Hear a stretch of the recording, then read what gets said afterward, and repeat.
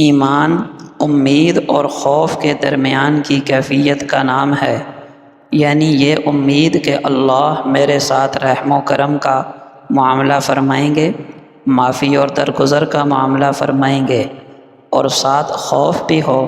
کہ کہیں میرے گناہوں کی وجہ سے میری پکڑ نہ ہو جائے۔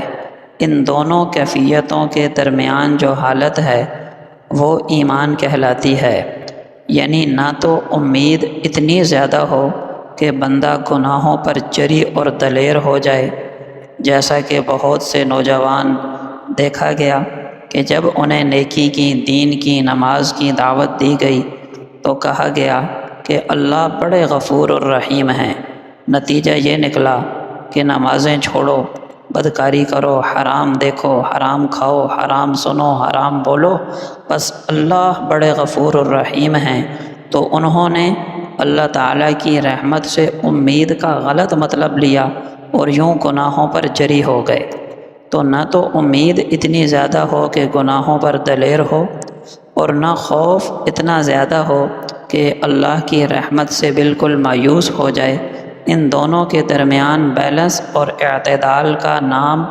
ایمان ہے۔ ہاں، البتہ علماء نے لکھا کہ جوانی کی حالت میں اور صحت اور تندرستی کی حالت میں خوف کا غلبہ ہو، خوف والی کیفیت زیادہ ہو، کیونکہ مقصود ہے گناہوں سے بچنا،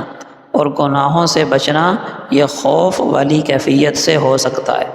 البتہ جب پچھلی عمر ہو، آخری وقت ہو، تو چونکہ اس وقت گناہ تو کر نہیں سکتا، گناہ کی طاقت نہ رہی،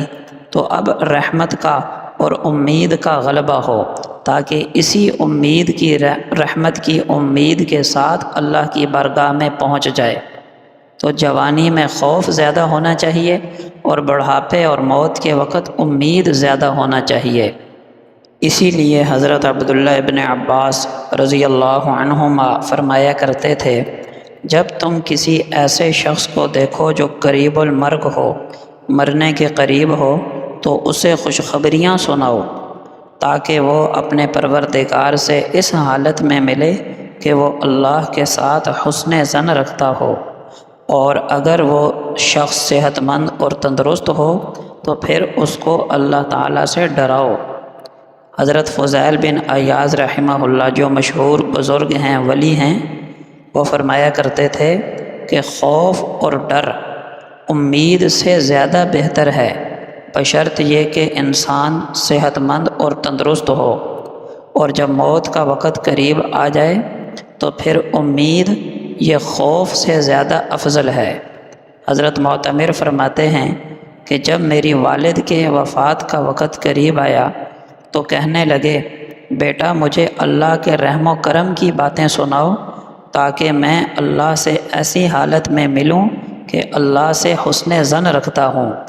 کتابوں میں لکھا ہے کہ سلف صالحین یہ پسند کیا کرتے تھے کہ جب موت کا وقت قریب آئے تو انسان کے سامنے اس کے اچھے اعمال کا تذکرہ کیا جائے، تاکہ وہ اپنے پروردگار سے حسن ظن رکھ سکے۔